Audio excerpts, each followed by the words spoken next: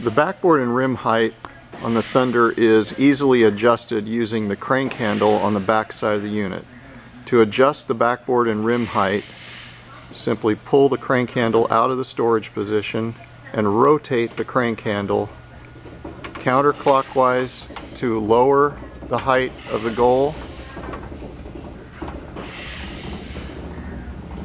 and clockwise to raise the goal.